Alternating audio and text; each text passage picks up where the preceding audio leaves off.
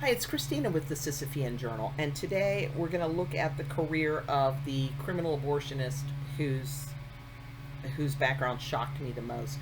I had always believed that prior to legalization, when you botched an abortion, you were in trouble, you went to prison, you got taken off the streets. And Hagenow just left a trail of bodies behind her.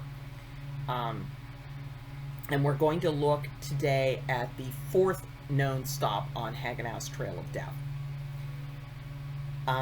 So a death certificate was signed by Dr. Xavier Dodel stating that 28-year-old Abbia Richards had died on June 2nd, 1888 at 12 19th Street in San Francisco. Dodel gave the cause of death as peritonitis and filed it with the undertaker, Theodore Dirks. Health officials thought the whole thing was fishy, though. The original name on the death certificate was Maria Schmidt, but that was crossed out and Abbia Richards written instead. So Health Officer Barger and Coroner Stanton visited Dirks, and at first he refused to talk about the case, but then he said that at about 10 p.m. on June 2nd, a man identifying himself as Mr. Richards came to the undertaking establishment, saying that he needed to arrange a burial for his wife, who had died a few hours earlier at Dr. Hagenow's maternity hospital. And he said that his wife's maiden name was Maria Schmidt, and she should be buried under that name, and the obituary put in the paper under that name, so that her friends, who would not know her married name, would know that she had passed. And one of the first weird things in this case is, who was Mr. Richards? Some people said that it was Moorcroft, some people said that it was a clerk who didn't seem to have any relation to anybody, and some people indicated that it was somebody somehow connected with Hagenow. So the coroner and the health official double-checked the address on the death certificate and found out that there had not been a death at 12 19th Street. The death had been at 19 12th Street, maternity hospital operated by Dr. Louise Hagenow, the same location as the death of Anna Doris a year earlier. And I'm going to point out one thing in this point. Hagenow, when she was in San Francisco, operated as Dr. Louise Hagenow. Later on, she moved to Chicago, where she at first was Dr. Louise Hagenow and then became Dr. Lucy Hagenow. So she liked to be a moving target. And for some reason, the news coverage mentions that there were a lot of deaths, but the only specific one they mentioned was Anna Doris. And during the inquest, Hagenow and Dodel were brought from the city prison where they were being held for Anna Doris' death to the morgue. Hagenow admitted that Abbia had died at her premises, but said that Hagenow was just out of the goodness of her heart treating her for injuries she'd suffered by attempting a self-induced abortion. And Dodel admitted signing the death certificate, but made vague references to two other doctors that he would not name. So Abbia's body was resumed for autopsy, and a coroner's inquest was instituted. And it just gives a really creepy and conflicting picture. First, we have Abbia's dubious guardian, a man named William E. Moorcroft. And he told the coroner that Abbia had only been 19 years old, not 28. Moorcroft had been living in Port Costa, California with Abbia's mother. However, it's not clear. The sources don't agree on whether he had ever actually married her or not. According to the San Francisco Examiner, Abbia's mother was addicted to drinking, and the neighbors say was neglected and ill-treated by Moorcroft. The neighbors also said he guarded little Abbia with a jealous eye and paid more attention to her than was proper. The mother was finally sent to the insane asylum at Napa, where she is now, and Moorcroft was appointed as Abbia's guardian. Now, Moorcroft said that Abbia had become sick in Port Costa and had gone to San Francisco. And he said that he got a telegram from Abbia on May 29th that she was at Hagenow's hospital and wanted him to come to her right away.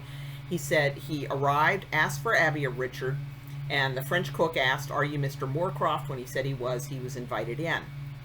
And he said he did arrange for two other doctors to come and examine Abbia, and he said that Hagenow chewed him out for that, saying, What do you want to bring doctors in my house for? I have gray-haired practitioners and you go after boys. You let me alone. The girl is all right. And he said that he returned to Port Costa, and the next news he got was a message that Abbia was dead. And he said that he went to the undertaker and wasn't permitted to see the body, but he had protested when Derricks had said that Abbia was going to be buried under the name of Maria Schmidt. However, there's conflicting testimony. Some people said that Mr. Richards was actually Moorcroft. Some people said that he was a clerk with no connection at all to Hagenow, and some said that it was somebody with a connection to Hagenow. And there was not agreement on whether Moorcroft treated Abbia appropriately or whether he was responsible for her pregnancy.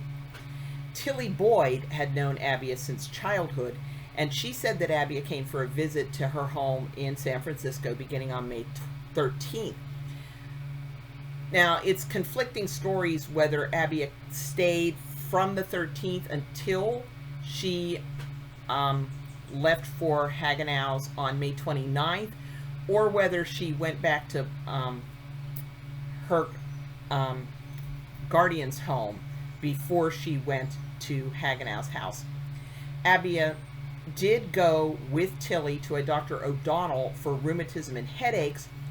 Tilly said that Abbia met privately with Dr. O'Donnell and came away with 6 powders and an instruction to take one each morning, and Tilly said that the powders did Abbia's head good.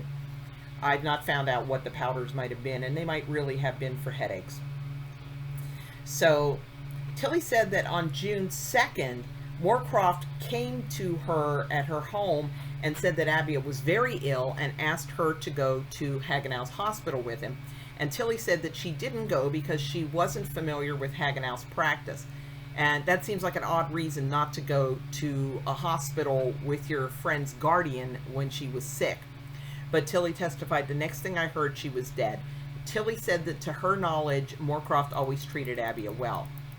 Now, the 2 doctors that Moorcroft went and got were Dr. George Terrell and Dr. John Morse. They went to Hagenow's maternity hospital. Dodal was there, and they said they found Abbia in a dying condition. They just advised Hagenow to give her some stimulants, but didn't actually examine her. And either one or both of them reported that Dodal told them that Abbia was dying of malpractice, which was code for abortion. And then we get to the undertaker. The inquest looked into the relationship between Hagenow and Derricks, and the San Francisco Chronicle noted that Derricks has been favored with all the quiet funerals from Hagenow's establishment. He perspired profusely on the stand, frequently mopping his face with his handkerchief, and as the San Francisco Chronicle put it, he didn't like the questions of Coroner Stanton and glared at him at times as though he wished he might bury him with or without a permit. Derricks went on the stand to clear himself of the strongly settled conviction that he has been an accomplice in the Hagenow crimes, but only succeeded in further criminating himself. He was confused and contradictory, and in his eagerness to show the jury that he had done nothing wrong in the premises, he only tangled himself further in the skein of evidence showing that everyone connected with the deaths of young girls at the Hagenow Hospital and the disposal of their bodies was guilty of a crime.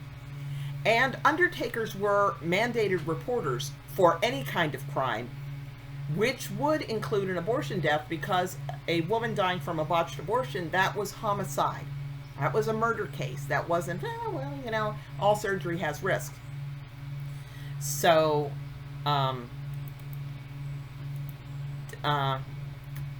Derricks said that Abbia was the first dead patient he'd gotten from Hagenow's establishment, and that there'd been 2 subsequent cases, which makes no sense as far as I can tell, because from what I can see, Abbia was the 4th.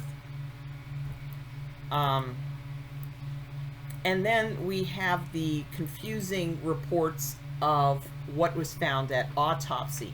So 2 physicians, Doctors Blatch and Carpenter, said they were able to identify puncture marks on Abbia's body, but some news reports say that they verified that she had died from malpractice, But another report said that by the time Abbia's body was brought in for an autopsy, it was too decomposed to determine what she had died from. And if that was the case, that might explain why Hagenow never went to prison for it. And as we said earlier, the news coverage all referred back to the Anna Dories case, but she'd also been implicated in the deaths of Louise Dirchow and Emma Depp. Now, she kept getting hung juries, and she kept getting re-prosecuted, so she relocated to Chicago, which was a much more congenial place for abortionists, and she began piling up dead bodies there as well. So she was implicated in the death of Minnie Deering in 1891, Sophia Kuhn and Emily Anderson in 1892, Hannah Carlson in 1896, Marie Hecht in 1899, May Putnam in 1905, Lola Madison in 1906, and Annie Horvitich in 1907. Hagenow was sent to prison for a long time for Annie's death. When she got out, she went right back to doing abortions, and evidently she had gotten rusty in her skills while she was in prison, because in 1925 alone, she was implicated in the deaths of Lottie Lowy, Nina Pierce, Jean Cohen, Bridget Masterson, and Elizabeth Welter. And she was still practicing in 1926 when she performed a fatal abortion on Mary Moorhead. And Hagenow was convicted and sentenced to prison for Mary's death. When she appealed, the Supreme Court ordered a new trial in 1929, but the judge, noting that there was no new evidence, dismissed the case. He told Hagenow, "You had better make peace with God, Lucy Hagenow. I do not think your months on earth are many." Hagenow, the Associated Press noted, was nearly deaf and may not have heard. She muttered something and shambled laboriously from the room. As near as I can determine, Hagenow did not go back to abortion after that point, and she died in September 1933 in Norwood Park, Cook County, Illinois. And on her death record, she was noted to be a midwife. So it really, really staggered me how many corpses this woman was able to pile up. And it's kind of like a proto-gauze now, where people were just looking the other way. And I wish that you would like, share, and subscribe. I would love to go to Chicago and read original source documents and see if I can get to the heart of why she was allowed to kill so many young women.